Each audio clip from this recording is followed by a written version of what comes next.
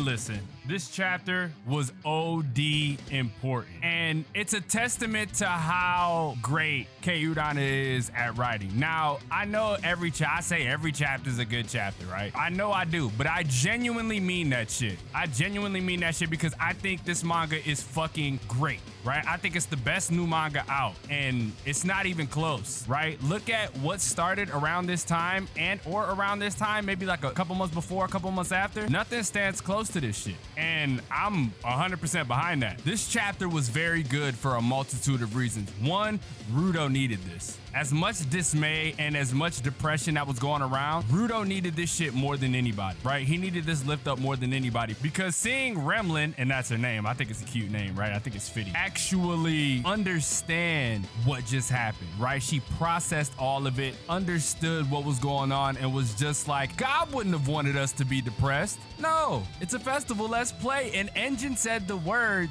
that, you know, got her to break out of her funk. She was like, that's it, let's have a festival. Another thing that was very important about this chapter was the idea of Jinky succession, right? Just the thought of Jinky succession and what that means for RUDO. Because when you think about Jinky succession, it pegs the question, is that what Regto did for RUDO? So let's actually jump into the chapter, because this is one of those rare moments where you don't have to write words, but you can tell by the look on somebody's face or the look in their eyes or the body language that this is what it is. And this is one of the rare moments where RUDO sees himself in somebody. RUDO seeing that Remlin lost somebody that was so important to her, lost one of the most important people in her life. The mayor was like, you know, he was like a big brother to her of sorts.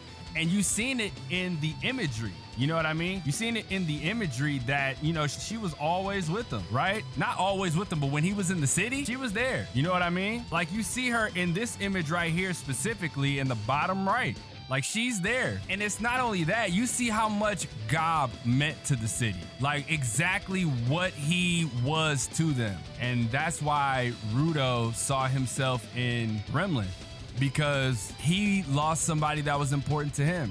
But there was a drastic difference between the two of them. And you saw the reaction RUDO had just thinking about it, because RUDO has been out for revenge. RUDO wants that get back. He wants to go get them. He wants to find the people that did this and make them pay. But what is Remlin doing? Remlin realized that this isn't what God would have wanted. So now that's going to point the question back at RUDO. Is what you're doing, right? Is what you're doing, is that what Regto would have wanted for you?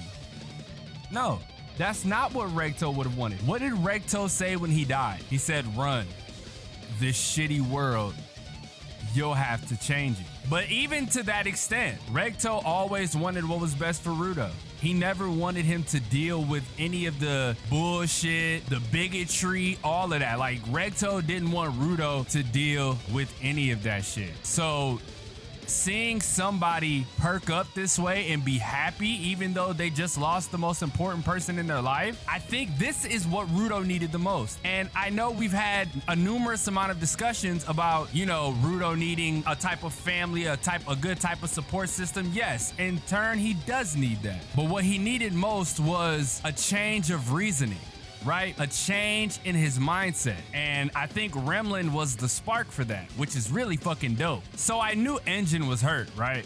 I knew Engine was hurt about Gob, but I didn't realize the type of effect Gob had on him and everybody else that was in the room. Everybody else was also hurt because they all knew him. And Gob was somebody who loved what he did. And that's why I fuck with like this storyline so far, like this part of the story, because like I initially thought the mayor was a shady guy, but he said, I couldn't paint, but I became the mayor of this town to preserve that right. And what that shows is, even though he couldn't do what everybody in this city does, he wanted to make sure that everybody here was able to enjoy themselves.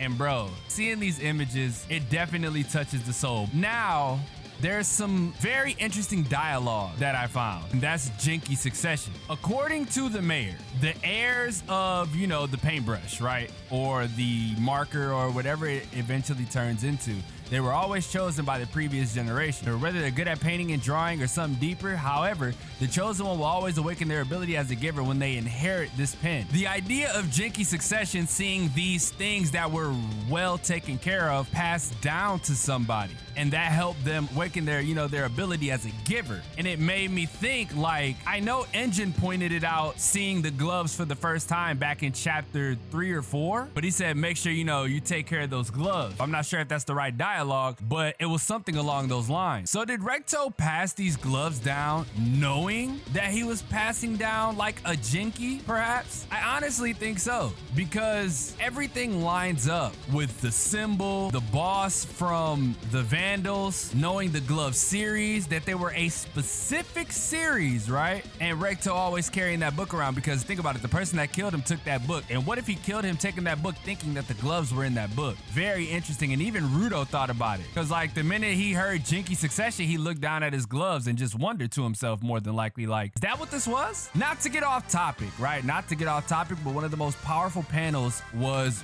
RUDO looking at Remlin's face and, seeing the pain and seeing how much she's been crying, seeing all the grief and all of that. It's just because he could identify with that and recognize it. That shit was so awesome, right? Because that led to her popping up, and seeing her be this energetic and fucking excited to have a festival, bro. That shit, like, it was literally a 180, right?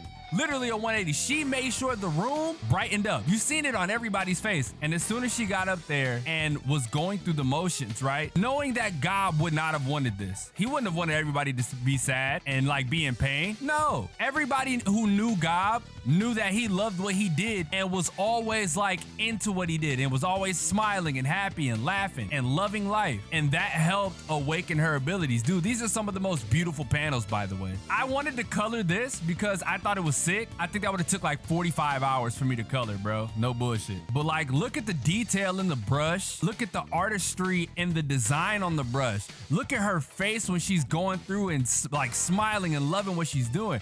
Bro, this shit was so awesome. Did you see the faces on the paint cans? Bro, they all was getting to it, dog. That shit was kind of sick. And she was like, it's time to play. What she did was single-handedly remove the grief and sadness from the entire city. You seen the looks in everybody's faces, right? When she said it's time to play. I'm pretty sure people there thought they weren't gonna be able to see this again, but lo and behold, bro, they did. And what did RUDO see when he saw the fireworks? He saw Recto.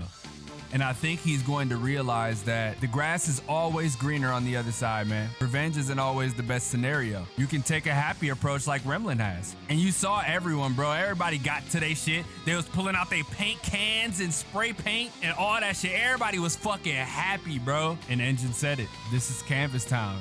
A city of fun and freedom. Beautiful fucking chapter, bro. I felt it in my loins. I felt that shit. I was so happy for everybody. But yeah, man, let me know what you thought about this chapter down below. Let me know if you are in agreement with what I've been saying. Let me know if you love Gachiakuta just as much as I do. Also, I'm gonna talk about the color page in a separate video, right? I'm gonna talk about the color page in a separate video, so that way I can detail some ideas that I have for it. Leave a like if you enjoy, subscribe if you're new. Hopefully we get the following chapter on the Wednesday or Thursday this week, so that way we can have a double Gachiakuta upload for the week, and that'll be tight.